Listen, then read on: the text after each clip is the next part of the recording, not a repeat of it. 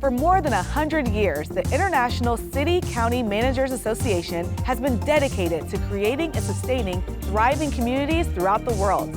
ICMA is the leading organization of local government professionals improving the quality of life for the members it serves. I forgot how nice it is to be in a room with my peers and to have discussions and feel the commonality and the same issues we're facing. So it feels really good to be back. I'm here to learn, I'm here to network, I'm here to grow, so I can take the skills that I have to go back to my community and make them better. I believe that the city and county managers are the people who can really implement the needs of our communities and make it come to life faster than anyone else. Well, I'm excited to be here in Columbus because it's my home state and everybody's enjoying our beautiful city, our Columbus, capital of Ohio. From the Greater Columbus Convention Center in Columbus, Ohio, this is the 2022 ICMA Annual Conference. This year, we're bringing the local government community together for unparalleled leadership and professional development, networking, and best-in-class programming. This is ICMA TV. Hello and welcome to ICMA TV. I'm your host, Elisa Henry, and I'll be taking you through the next 4 days of the 2022 ICMA Annual Conference. Over the next week, we'll hear from keynote speakers on key issues like affordable housing and climate mitigation, equity and inclusion, and how to reimagine public safety. We'll travel to cities across the country to see how localities are providing residents with the best economic opportunities, utilizing ARPA funding, and dealing with rapid population growth. You have to work with the fabric of your community, and I think that's what's really important about placemaking is what's authentic in your community. We'll have engaging interviews and specially curated content specifically for those striving to be strong leaders. All of it can be viewed anytime on the ICMA TV monitors located all throughout the Convention Center, or on the ICMA TV dedicated page on the ICMA website, on the ICMA TV app, or you can always check out our YouTube channel or Twitter feed. Happening today at ICMA, our academic symposium, Rethinking City Services During Crisis, that takes place at 10 a.m. Then don't miss the Equity and Inclusion Leaders Lunch. And of course, this afternoon, the opening general session, an afternoon with the one and only Soledad O'Brien, sponsored by Mission Square Retirement. We kick things off here on day one with our first visit to a city on the rise. Lethbridge County, Alberta is a place full of growth, both in its agricultural roots and in the community at its heart. Let's see how Lethbridge is growing together. I think we're so lucky here in Lethbridge County. You know, we get to live a rural lifestyle. The team is always thinking, and it's so exciting of an environment to work in that. Everybody's creating, everybody's innovative. We're so fortunate. We have, we have irrigation, we have plentiful sunlight hours. We're close to the American border, we're close to Calgary, we're close to the mountains. So you really check so many boxes. You have these, a large urban center like Lethbridge. In the middle of our municipality, you have the small urbans that offer so many great opportunities for our youth, for families. And then you have those recreational opportunities as well. We have multiple golf courses, we have reservoirs. We really have everything here. Lethbridge County, it's constantly changing. I think every day something's happening. That's the exciting part, is that we're big enough and we're diverse enough that there's always something happening, always something changing in the county.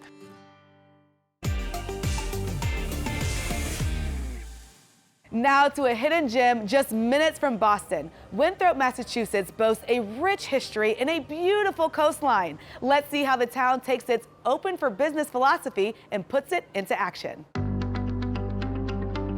Winthrop, Massachusetts is a coastal town right next to Boston and Logan Airport. We're a peninsula and we have about approximately 1.6 square miles with a coastline of 7 miles. Our population is slightly over 19,000 people. It's an historic town, founded in around 1630. We've got an open for business mentality. And one of the things that drew me was just the dedication, the love for the town. A lot of people, homegrown talent, born and raised here and now work here. You don't find that a lot. And that's to be this close to Boston, this close to the airport, and have that small town feel, it's really amazing. We're very much supportive of each other, the town, the schools, and the community together. My connection to Winthrop is I've never left Winthrop. I'm Michael Ruzioni. I was captain of the 1980 U.S. Olympic gold medal winning hockey team and resident here of Winthrop.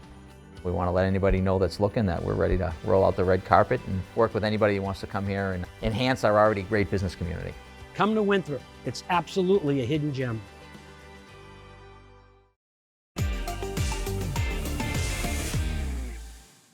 Each year, the ICMA conference brings together the best and the brightest local leaders from across the country with one common goal: to make life for the residents they serve the best it can be.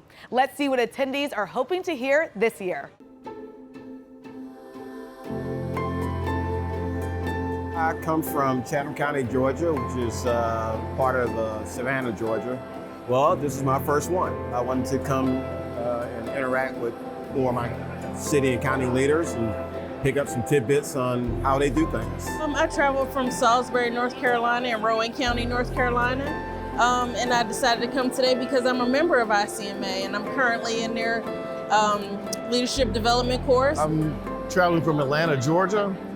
I find these conferences are great to get a handle on what's going on in terms of development, dealing with affordability, and community issues. I came from Peoria County, Illinois today. It's about a 5.5-hour drive west of here.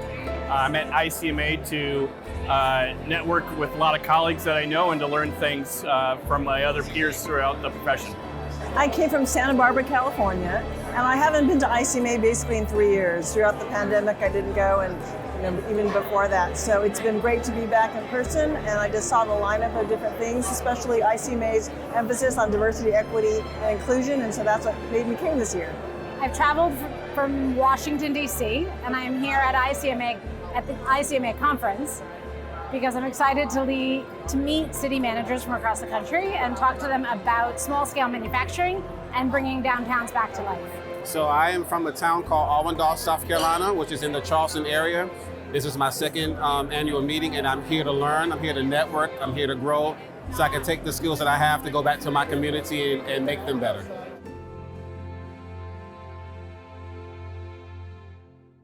Out with a new edition of their essential book, Managing Local Government Services. Joining me today is Kimberly Nelson and Carl Stenberg.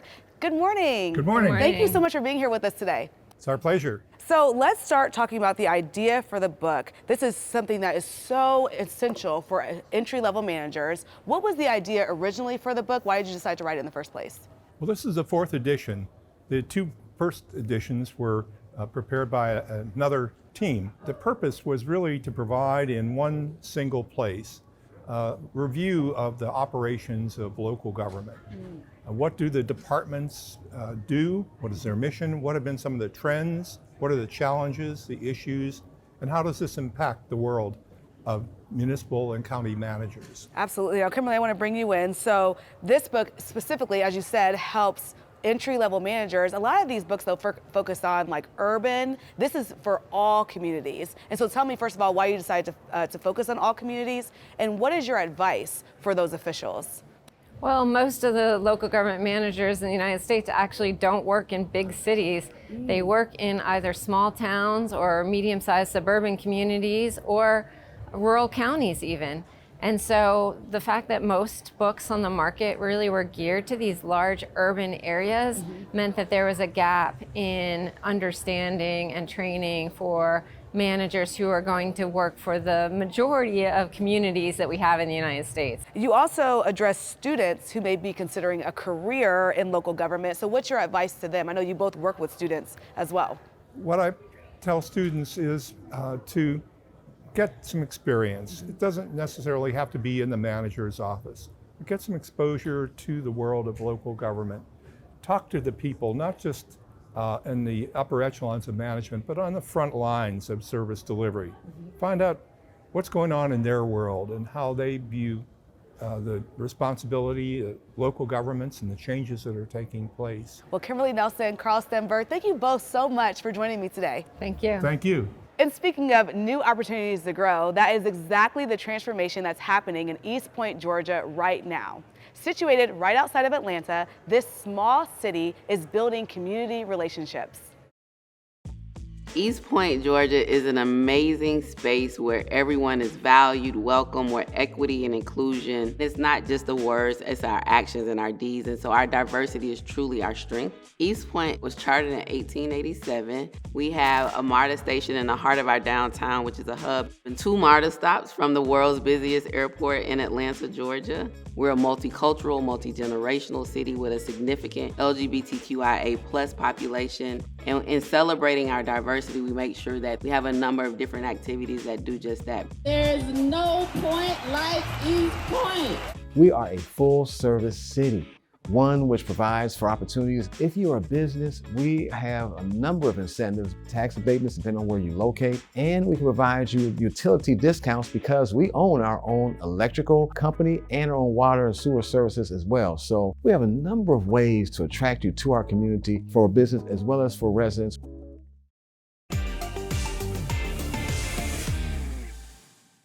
A common issue we are seeing in our cities across the country is mitigating climate disasters. Let's check in on how one local official is using various techniques in her own city of Ann Arbor to design, implement, and evaluate ways to equitably address the climate crisis. How is the climate crisis affecting Ann Arbor? It's a great question. So climate change, we've been analyzing different data over the course of decades. And what we know is that we've already seen an increase of 1 degree Fahrenheit in temperature, which may not seem like a lot, but actually is pretty significant. And we're already experiencing a 44% increase in rainfall falling on the city. So we're experiencing flooding frequently, and it's coming in deluges, really intense rainfall events. And then the other impact that we think we're starting to see and that we expect to see is climate migration, people coming into the region. Because despite the fact that we've got a lot of rain and we're getting warmer, we have water, and water is life. And those glorious Great Lakes that surround us in the region, those are a really important asset. So we expect to see more people moving into the area. And why does a response need to engage all citizens, and who is normally left out? Well, first and foremost, Ann Arbor and any community really needs to be an inclusive place for all of the people that are there. And if we're really honest, most of our engagement techniques and our land use planning and our policy has excluded a lot of people for a while. And so if we're gonna be able to develop equitably and sustainably, we need to be inclusive. And we need to really center frontline and fence line populations, people that have traditionally been left out of the conversation, in the dialogue. And I think about that as the people that are hurt first and worst by climate change. They tend to be Black, Indigenous, people of color, low-income households. We need to make sure that they benefit first and most from the kinds of strategies and solutions we're putting into place. What do you think other city managers can learn from what you guys are doing? Well, I think working with the community is really key. Often we think of community with a big C. Everybody, let's have a big town hall meeting and invite everyone in, and that's a great format. But if we're really serious about equity and justice work and sustainability, then we need to really center populations that have been left out of the conversation. And that means rethinking a little bit about how we engage. That means going to people. Maybe it means more customized outreach and engagement, working with organizations that are already trusted by those networks, paying people for their time and their expertise, because their lived experience is expertise, and we should compensate them for sharing that with us and helping us design solutions. Well, it's been great talking to you. Thank you so much, Missy. Thank you for your time. Next, we're off to Stephenville, Texas, the cowboy capital of the world. From the moment you pass the city limit sign to stepping foot on their historic downtown square, you'll feel welcome and greeted in true Texas fashion. Stephenville is a unique place to live and work because I think it has something for everybody, from Tarleton State University to our educational system. We have 7 industrial plants here in Stephenville. And while it's a growing community, it still has that hometown feel that everyone wants to be in. Why is it the best kept secret? Because until recently, our population really was not growing.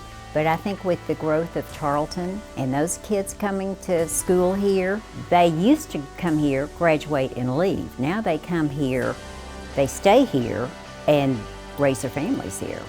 The beauty of Stephenville is everybody lives together, works together, plays together, and takes care of each other.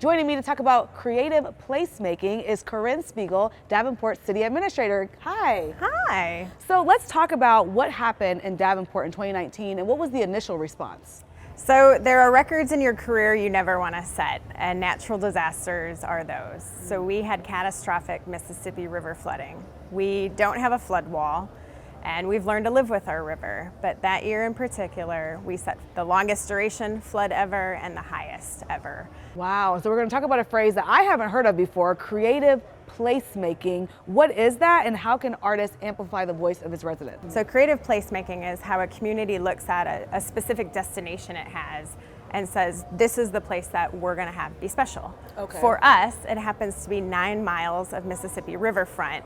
And so what have you been able to do since the flood? So right now it's in a state of restoration. And fortunately, our governor, through their ARPA funds, has launched a $100 million investment in exactly creative placemaking for the communities. Living with rivers is a very thoughtful decision. So we're going to design an area that can flood, and it's meant to flood, but then it's meant to go back to being this amazing place for our community to experience. It definitely sounds really beautiful. How can city administrators get started on creative placemaking today, and is it for everyone? I think every community has opportunities, right? Scale matters, authenticity matters. So you can't come to Ohio and say, I'm going to make a Mississippi riverfront, right? It just doesn't work. Yeah. So you have to work with the fabric of your community, and I think that's what's really important about placemaking is what's authentic in your community. And so whether it's historic buildings or new buildings, repurposing of schools is becoming this great amenity for placemaking. Repurposing malls. The malls we all grew up shopping in are not going to be part of our kids' future. And I think back to your earlier question, involving the artist community, they're the most creative. And whether it's architects or truly artists, they see the world differently. And so they can bring you ideas that you didn't even think of. Corinne Spiegel, thank you so much for talking with us today, giving us this information about creative placemaking. What a great idea. Thank you. Now let's head to the East Coast, where the town of Dumfries has experienced lots of growth over the past 4 years. Dumfries, Virginia is really the gateway to Northern Virginia. So we are about 30 miles from Washington, D.C., and the town is directly located on US Route 1, is also bounded by Quantico Creek. And so these are major waterways and interstate highways that provide unique access throughout the Commonwealth of Virginia. Dumfries is only 1.6 square miles, so the walkability, it's almost like a Cheers type of neighborhood. You want to go where everybody knows your name. And so that's what makes Dumfries unique in its characteristics. And it really gives you the vibe of the old Dumfries. And so when you actually see the new Dumfries, it's the old Dumfries rediscovered. I'm excited to see Dumfries continue to grow. I'm excited to see the change that's going to take place, even the way that our community looks in the future, how Dumfries will continue to grow and continue to offer things that make us Destination Dumfries.